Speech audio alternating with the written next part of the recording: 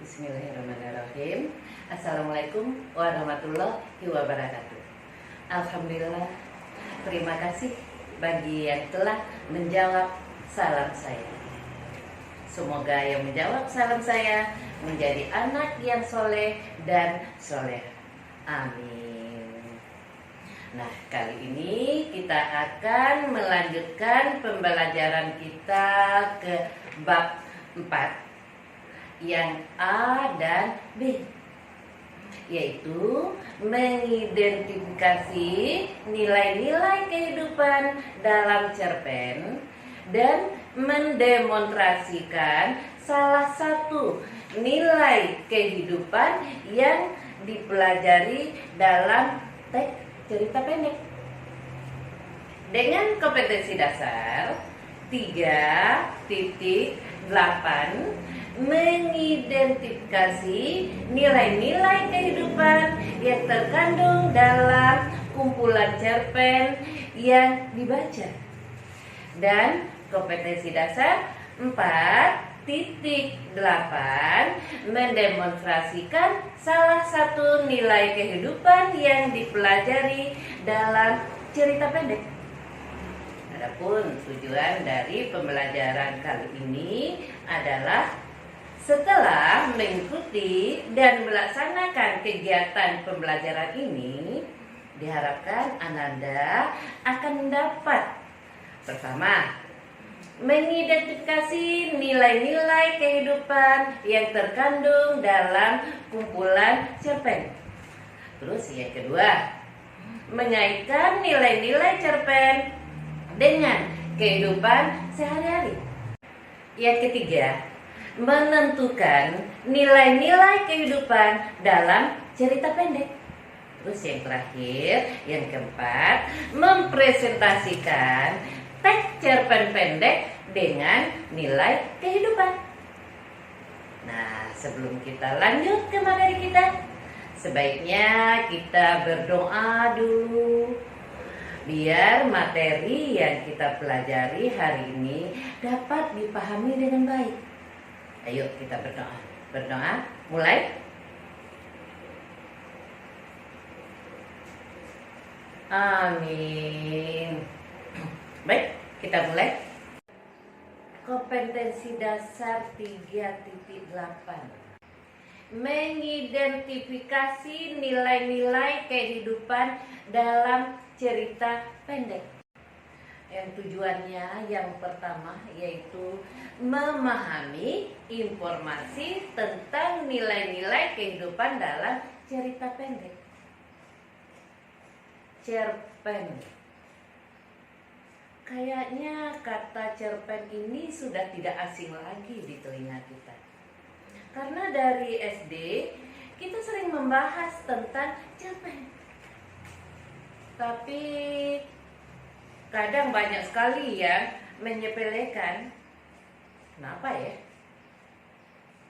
Saya rasa ini dikarenakan ketika pembahasan cerpen, biasanya kita kan malas untuk membaca cerpen.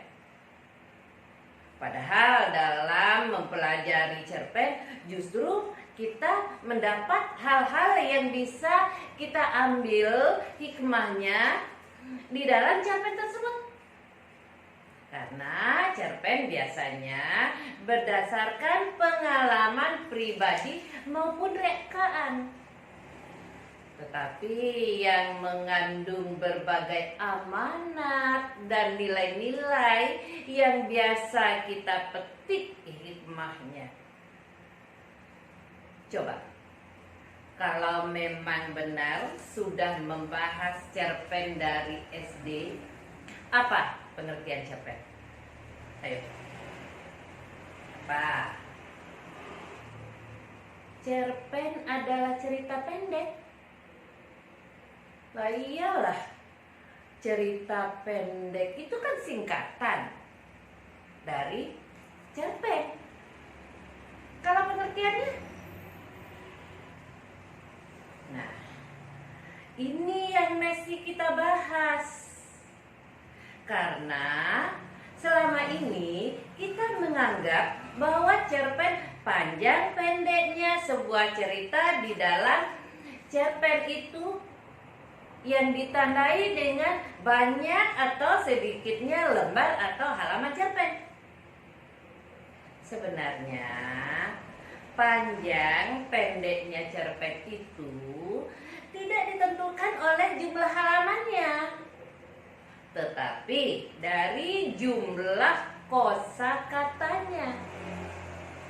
Bisa mulai dari 500 sampai 5.000 kata.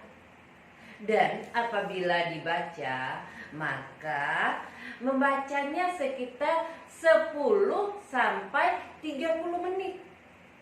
Itu paling lama ya, 30 menit. Selain itu, yang menjadi patokan cerita tersebut merupakan cerpen atau bukan, itu jumlah konflik atau permasalahan di dalam cerita tersebut. Kalau novel, itu ceritanya banyak sekali konfliknya atau permasalahannya. Tetapi kalau cerpen itu cukup satu konfliknya. Contohnya, ada cerita tentang 5 orang sahabat. Kalau dia merupakan cerpen, maka permasalahan hanya satu. Misalnya kelima sahabat tersebut bertengkar karena salah paham, misalnya. Tapi kalau novel ada 5 sahabat, maka konflik atau permasalahannya itu banyak. Misalnya mulai dari si A punya konflik dengan keluarganya.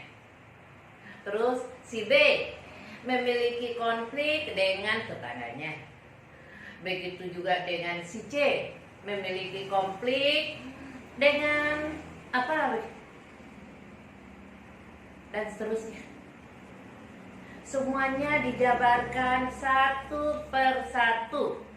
Itulah yang membedakan antara novel dan cerpen. Jadi, pengertian dari cerpen adalah sebuah cerita yang berbentuk prosa yang ketika dibaca cukup menghabiskan waktu 10 sampai 30 menit saja. Tidak lebih dari 5.000 kata. Dan hanya memiliki satu konflik atau permasalahan. Nah, itu pengertian cerpen. Sekarang kita lanjut ke nilai-nilai yang terdapat dalam cerpen. Yaitu yang pertama adalah nilai moral. Nilai moral adalah nilai yang berkaitan dengan perilaku, baik buruknya seseorang. Contohnya, ada orang yang dermawan, orang yang bijaksana, orang yang iri, dengki. Nah, itu adalah nilai moral, baik buruknya moral seseorang. Nilai yang kedua yaitu nilai agama. Nilai agama ini berhubungan dengan suatu keagamaan atau kepercayaan yang dianut. Contohnya, ritual keagamaan, tempat peribadatan, cara beribadah kepada Tuhan Yang Maha Esa, dan lain sebagainya. Selanjutnya, yang ketiga, ada nilai sosial. Nilai sosial berkaitan dengan kita sebagai manusia yang tidak lepas dari kegiatan sosial antar masyarakat. Jadi, nilai sosial itu adalah nilai yang ada dan terkandung di dalam masyarakat. Contohnya, kita bergotong royong, kemudian kita melakukan kerja bakti, bakti sosial dan sebagainya. Terus nilai yang keempat yaitu tentang nilai pendidikan atau edukasi. Jadi di dalam nilai pendidikan atau edukasi ini terdapat perubahan tingkah laku seseorang dari yang tadinya tidak bisa menjadi bisa, atau yang tadinya buruk menjadi baik. Nah, itu adalah nilai pendidikan yang merupakan suatu proses menjadi lebih baik. Nilai selanjutnya yang kelima yaitu nilai etika. Nilai etika yaitu nilai yang berkaitan dengan sopan santun kita terhadap sesuatu. Contohnya, etika kita terhadap orang tua. Misalnya kita harus menghargai pendapat mereka. Etika kita dengan guru.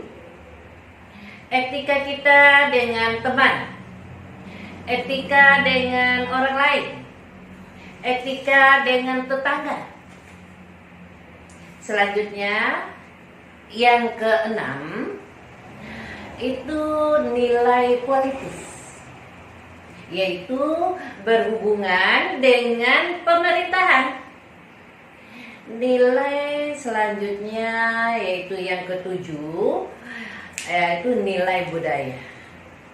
Nilai budaya berkaitan dengan adat istiadat kita sebagai masyarakat. Nah, itulah nilai-nilai yang terkandung di dalam cerpen.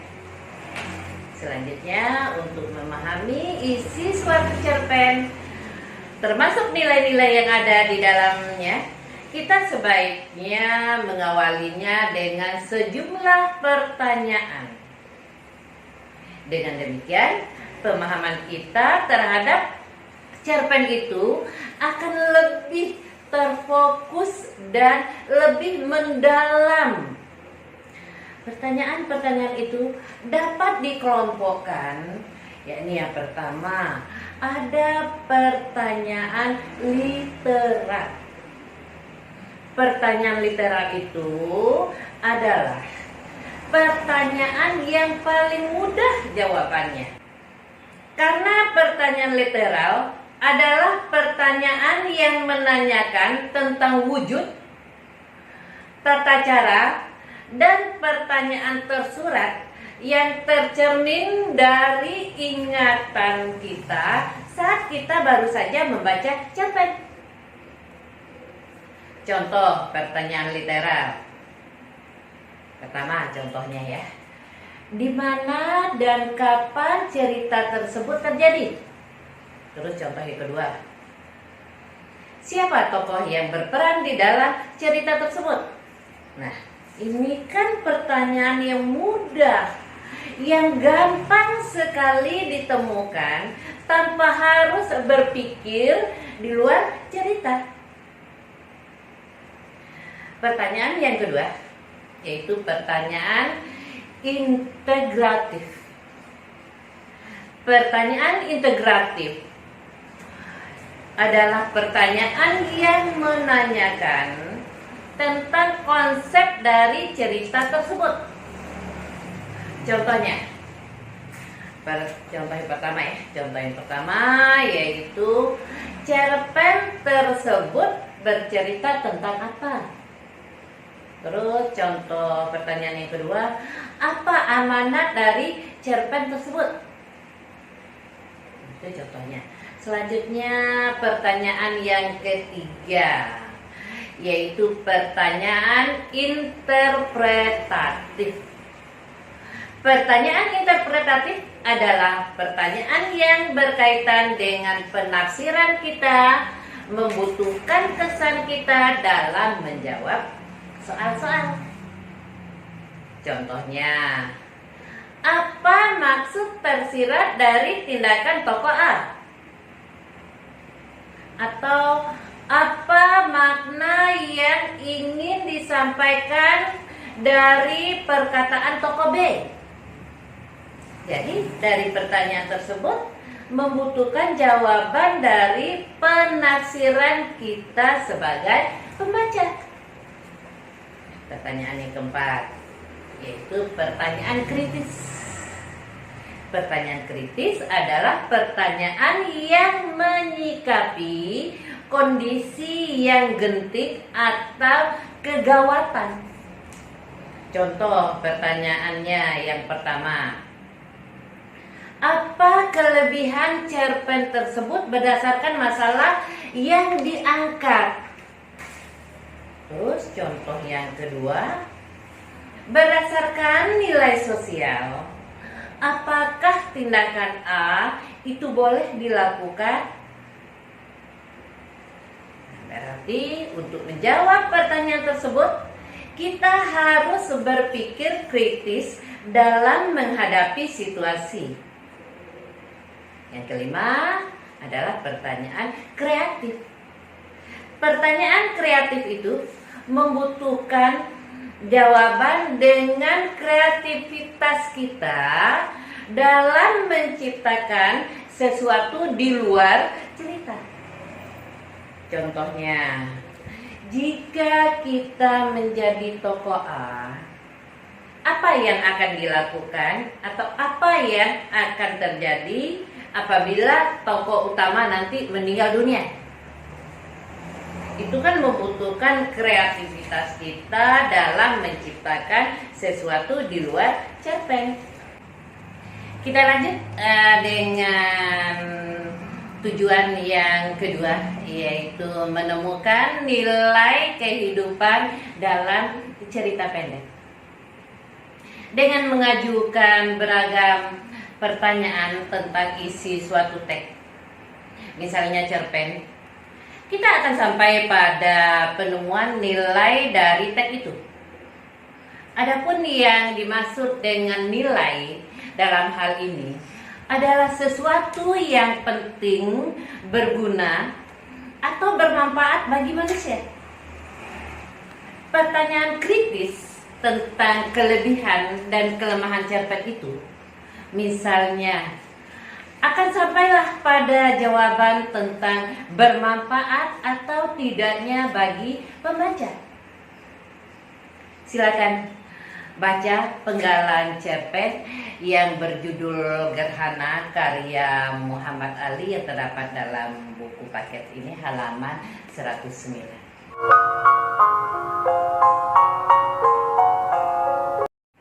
Penggalan cerpen tersebut mengungkapkan perlunya menjaga diri, yakni untuk tidak melebih-lebihkan persoalan sepele, karena hal tersebut bisa berakibat fatal. Dalam unsur-unsur intrinsik karya sastra, pernyataan tersebut dinamakan dengan amanat. Pernyataan seperti itulah yang dianggap bernilai atau sesuatu yang berguna sebagai obor atau petunjuk jalan bagi seseorang dalam berperilaku. Oleh karena itu, berkaitan dengan baik buruknya perilaku dalam bermasyarakat, hal itulah yang dinamakan dengan nilai moral. Nilai dari sebuah cerpen tidak hanya berkaitan dengan keindahan bahasa dan kompleksitas jalinan cerita. Nilai atau sesuatu yang berharga dalam cerpen juga berupa pesan atau amanat.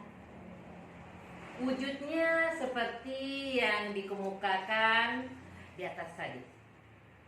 Ada yang berkenaan dengan masalah budaya, moral, agama, atau politik. Realitas pesan-pesan itu mungkin berupa pentingnya menghadapi tetangga, perlunya kesetiaan pada kekasih. Udah punya pacar belum? Sudah ya. Nah, harus setia ya dengan kasihnya, jangan selingkuh gitu. Terus ketawakalan kepada Tuhan dan sebagainya. Hanya kadang-kadang kita tidak mudah untuk merasakan kehadiran pesan-pesan itu. Karya-karya semacam itu perlu kita hayati benar-benar. Nah, agar kita bisa merasakan hadirnya pesan dari cerita pendek tersebut, kita harus benar-benar menghayati karya-karya tersebut.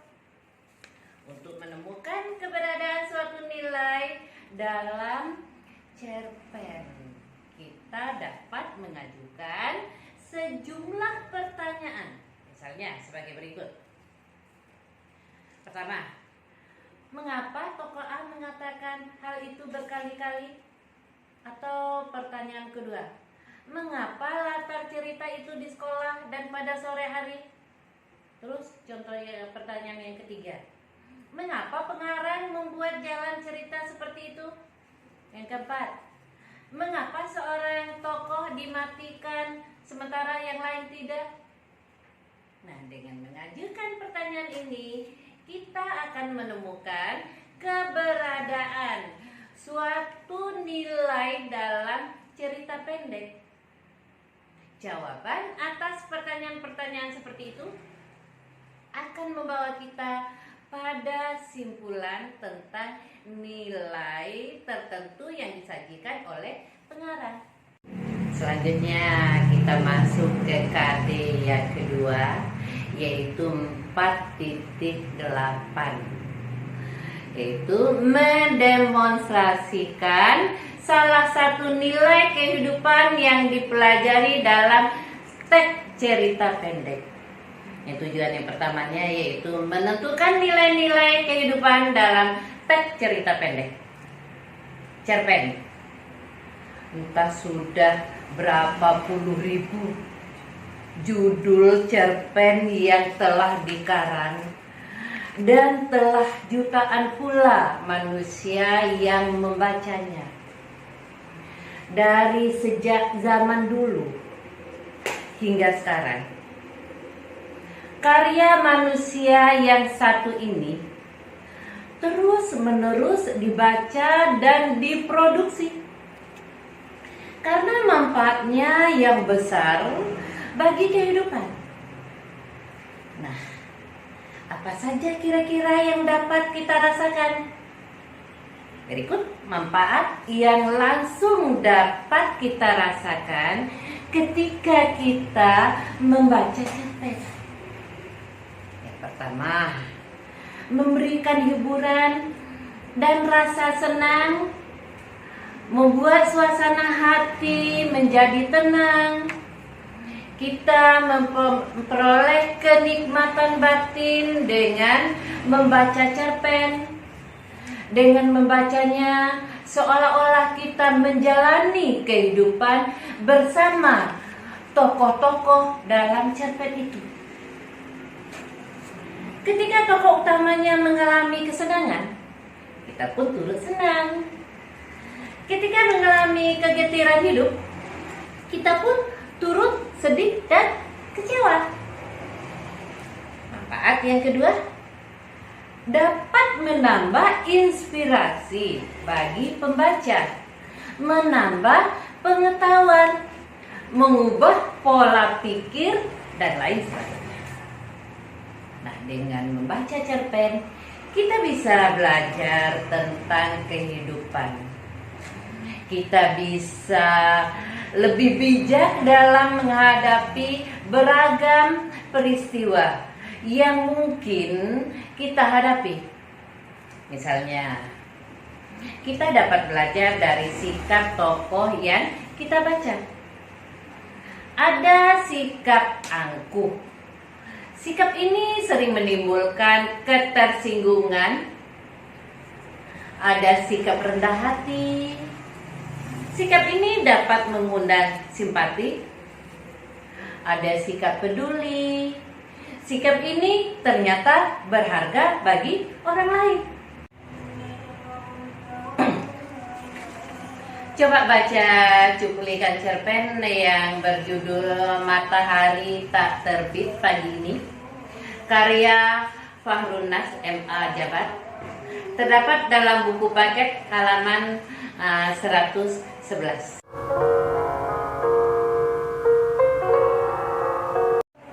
Cuplikan cerpen di atas menggambarkan begitu berartinya kehadiran seseorang ketika ia tidak ada lagi di sisi kita.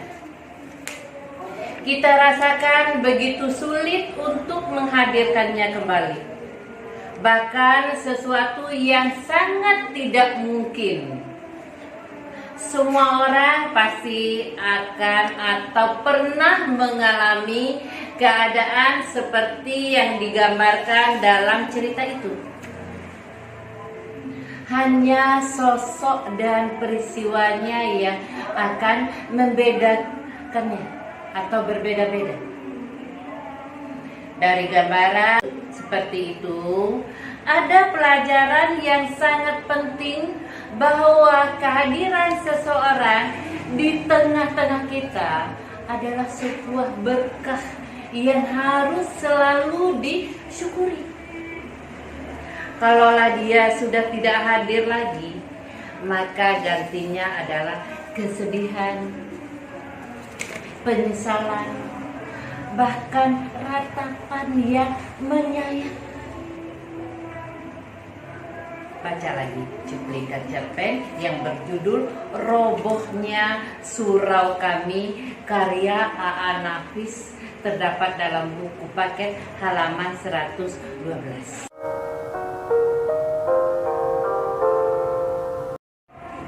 Cuplikan cerpen itu merupakan sindiran yang bisa jadi mengena pada setiap kalangan.